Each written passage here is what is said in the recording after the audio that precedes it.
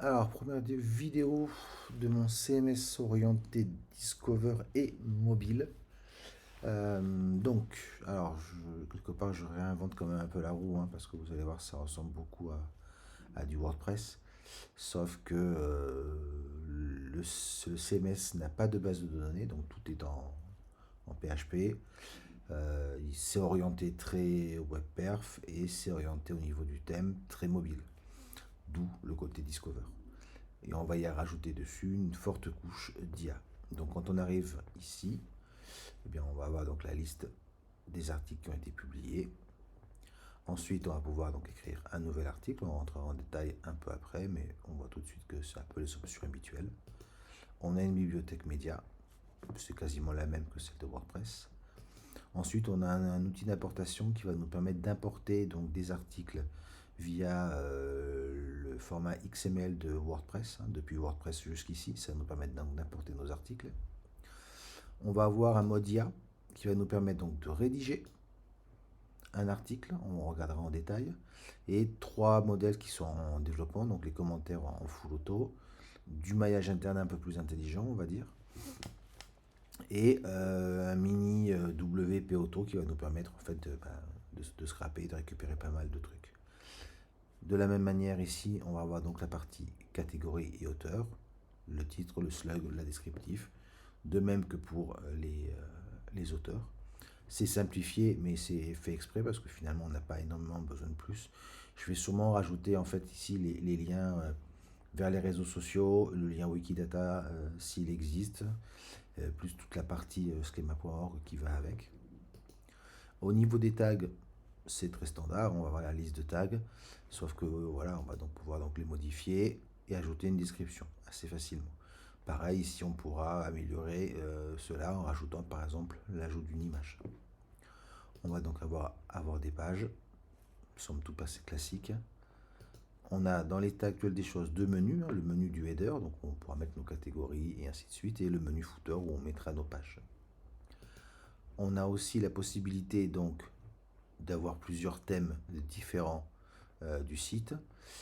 Ici j'ai mis toute la documentation, ce qui permettrait grosso modo, on jette la documentation à une IA et après elle génère le fichier qu'on peut ensuite importer et il va apparaître ici et ça fonctionne assez bien. Dernier élément, donc dans les paramètres, on a d'abord les paramètres du site, hein. Grosso modo, le nom du site, la title de l'HP, description, l'URL du logo. Pareil, on va pouvoir importer un logo pour pouvoir l'intégrer. Mais comme je le disais, vu qu'on est en version mobile, c'est pas le plus important qui existe.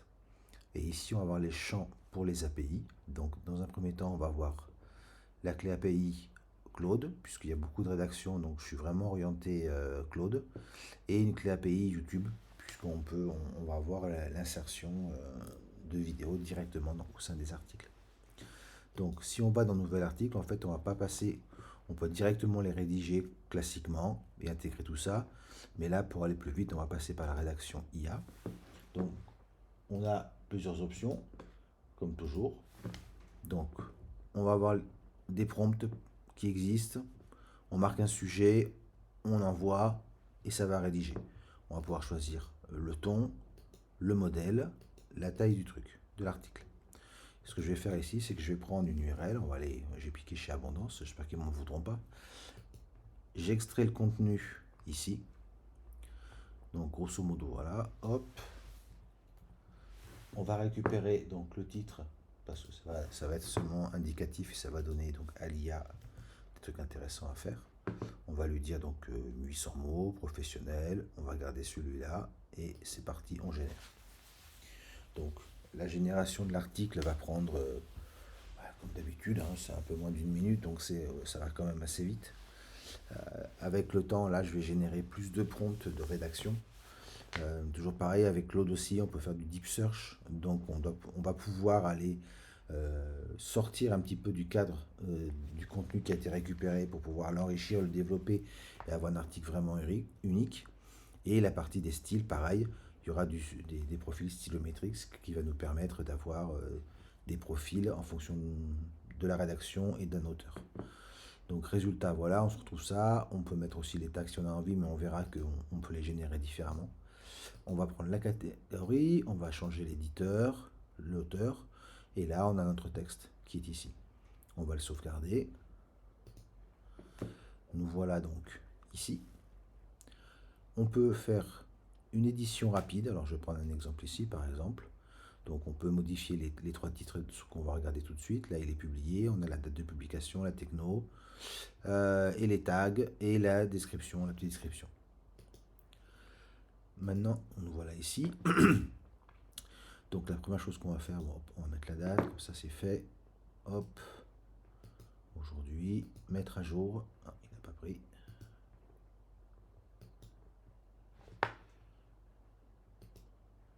Ok.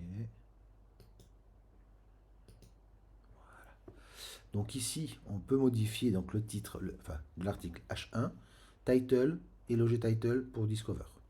Donc on va lui demander de faire ça. Pour l'instant, ça reste des prompts assez basiques parce que l'idée c'était d'aller assez vite. Voilà. Le dernier. Et donc on voit que les articles, ils sont différents. Donc là, on est en brouillon, on va mettre à jour puisqu'il faut le faire régulièrement. On a la catégorie, l'éditeur. Maintenant, on va avoir les tags. Bah, pareil, on va demander à l'IA de générer les tags. Donc là, il y a encore des filtres à mettre en place entre les singuliers et les pluriels pour éviter les doublons. Mais ça viendra, c'est-à-dire que dans un premier temps, il va aller chercher dans les tags existants. S'il n'y a pas de tags existants qui correspondent à l'article, il va aller les créer. Donc là, nous voilà, on se retrouve avec ça. Maintenant, au sein de l'article qui est prêt, on va pouvoir rajouter aussi donc, du maillage interne. Imaginons ça, on va aller à lien interne. Donc là, il y a trois options. Là, on a tous les articles et on peut chercher soit directement là, soit commencer à écrire. Hop, voilà. Open, bon ben là, voilà, j'ai voulu mettre open, donc à l'intérieur de l'article, ça doit être écrit. Mais c'est pas, on sait que c'est pas OpenAI. Dans la même catégorie, pareil, à l'intérieur, on peut trier en faisant une petite recherche rapide sur une expression. Et on va avoir aussi le même tag. Alors dans le cas présent, ça ne devrait pas fonctionner parce qu'en fait, les tags qui sont là, c'est la première fois qu'ils apparaissent. Donc on ne pourra pas faire de lien vers le lien. Donc on va les prendre dans la même catégorie.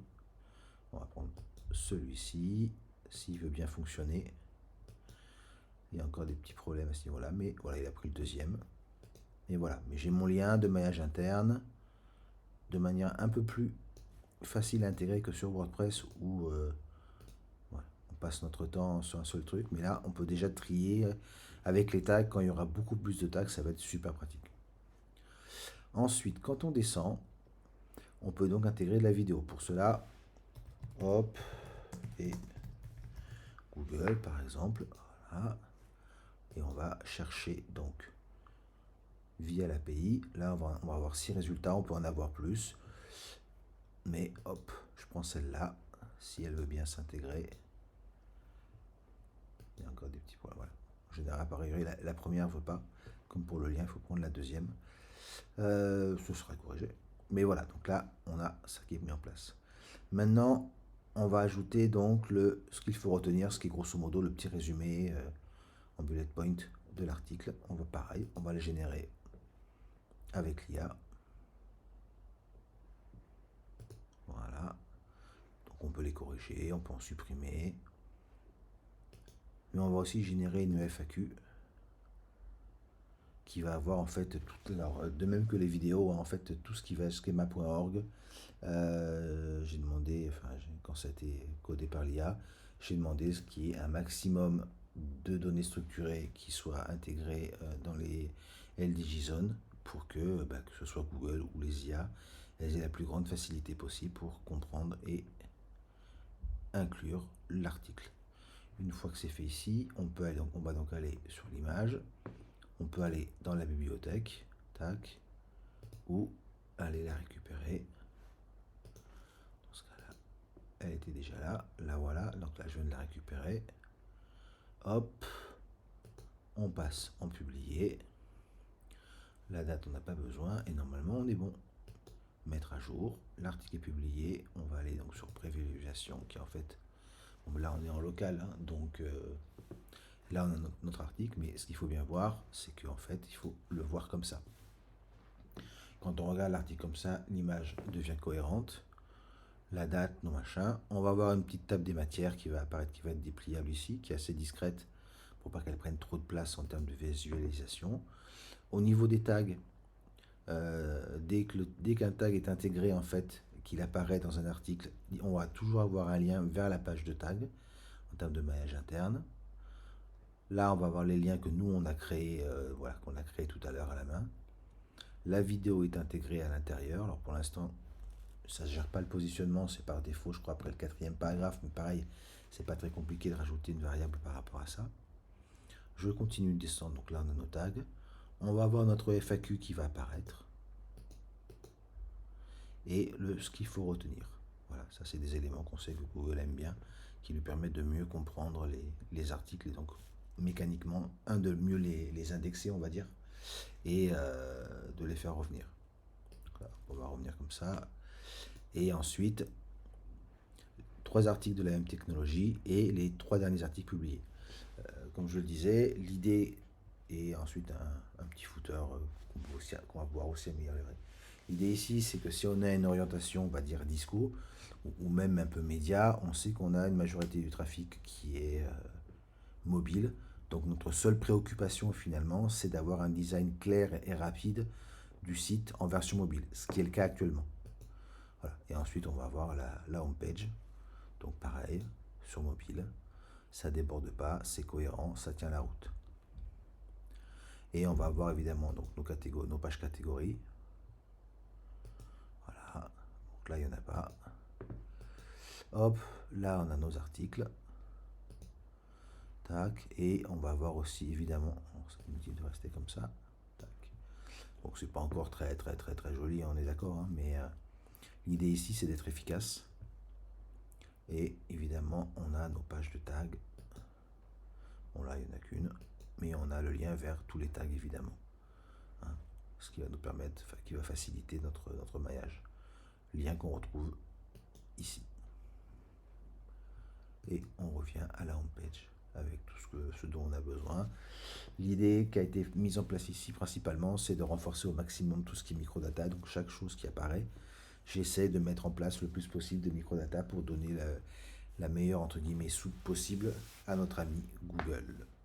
Voilà pour la première démo de la petite machine. Alors oui, je réinvente un tout petit peu la roue, mais j'essaie de faire en sorte qu'elle soit le plus adaptée possible à nos besoins, nous, en tant qu'éditeur de site, et pas tomber non plus nécessairement dans l'énorme usine à gaz que peut être WordPress, et en y incluant dès ses fondations une forte dimension IA qui sera une vraie aide en fait, à la rédaction, à la gestion aussi, avec tout ce qui va être analyse de sémantique, de maillage, et ainsi de suite. Voilà, bientôt la suite.